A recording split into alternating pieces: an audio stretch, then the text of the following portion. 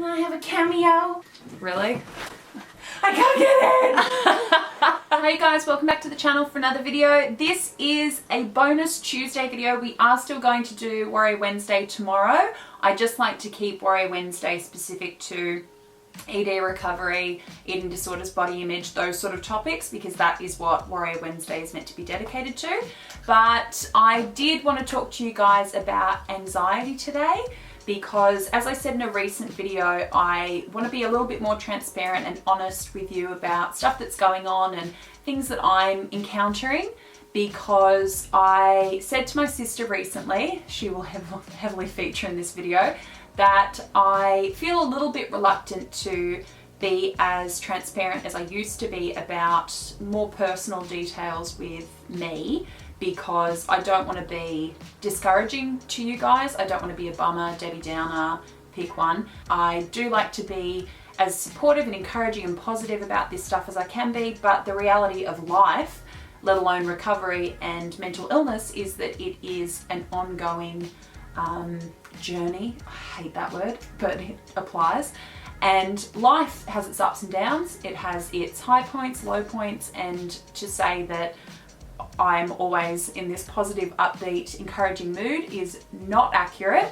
So I have been feeling quite anxious recently, and I was feeling very, very insular about it. I don't suffer from anxiety too frequently anymore, just like I very, very, very rarely suffer from depressive periods, but I have been suffering from a bit of anxiety recently because I have recently started a new job, which is completely different to anything or any workload I've ever had in my career previously. Ironically, it's running at about 3% of the capacity that I usually run at.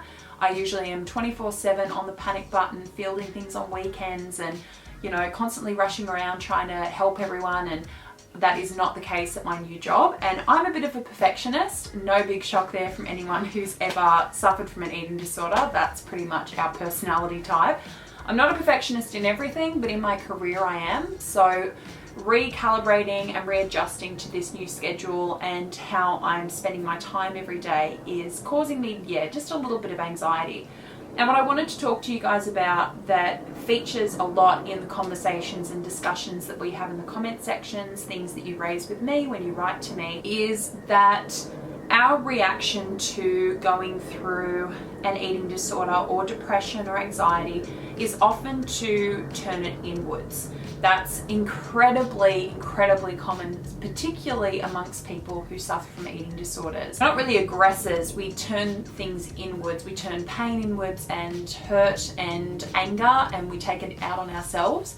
And that's a feature of the eating disorder that I think I still struggle with whenever I'm going through down periods or anxious periods. Is my instinct is to turn it inwards and to try to cope on my own and deal with it on my own.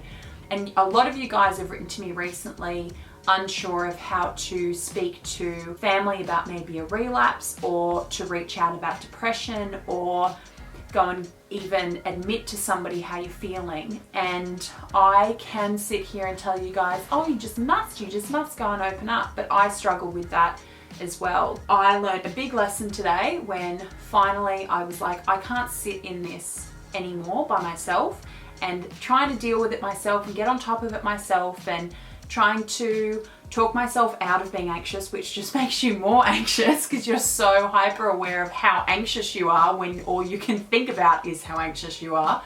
And I reached out to my sister, and she was so beautiful in her response and said exactly what I needed to hear. There was no coddling. My sister, I adore her. We have a very honest relationship.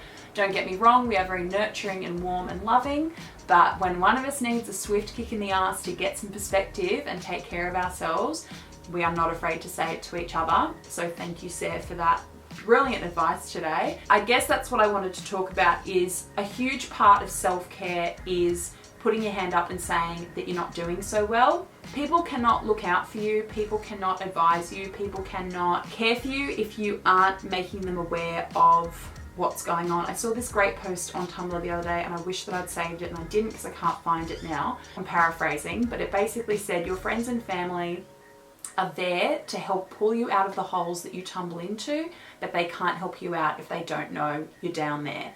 And that's so true.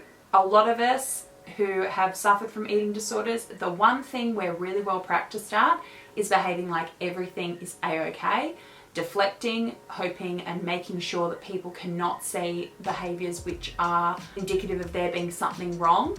And I know it feels like your instinct tells you, because I have been doing this recently, your instinct tells you go inward, hide, hide, hide. I do that so naturally. I go in, I shut down, I don't let people see what's really going on, and I just sort of, that's it. No, it's me and against the world. That's all I've got. And the amazing thing is I forget that every single time I pick up the phone and text a friend or text my sister, or I live with my sister and my brother-in-law, I go downstairs and I say, let's just watch something dumb on TV, and surround myself with loving, caring people who care about me. It changes my whole perspective. It changes how I feel. Even if it's just in that moment, it gives me a little bit of a breather from how I'm feeling, and gives me the assurance that it's all going to be okay. You're not going through the best time at the moment, but here's a little glimpse, here's a little insight into the fact that it can feel better, even if for a little while, until it does get to a point where you're going through a really great period again. Nothing is permanent, everything is temporary, and the more that you reach out, the more that you connect with people, the more you share your experience, the more normal and supported you're going to feel. It is so easy to feel isolated and alone and lonely, and like you don't have anybody who you can rely on. That's just not the case. If you just put your hand up and let people know you're down there, they can form a little human chain and pluck you out. So that was just my little thought for the day, and just wanted to do a little bonus video. I didn't want to save that up or anything, because then I'm reading from notes and it's all staged and ridiculous. And yeah, I just wanted to practice what I preached. Is preach the past tense term for preach? And be more open and more honest, like I said I would be, even if it does make me a little bit of a Debbie Downer in like an occasional video from time to time.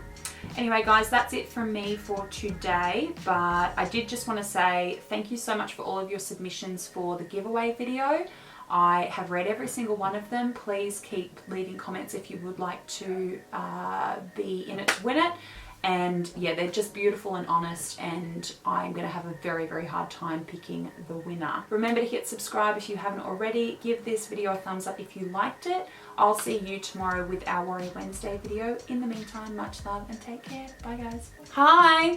Can I have a cameo? Really? I can't get in! No! That's my sister. Hello. Oh. I was talking about you in my video. Don't put me in the video. I'm going to. Don't put me in the video. But I look so trash. No, you don't. You look beautiful.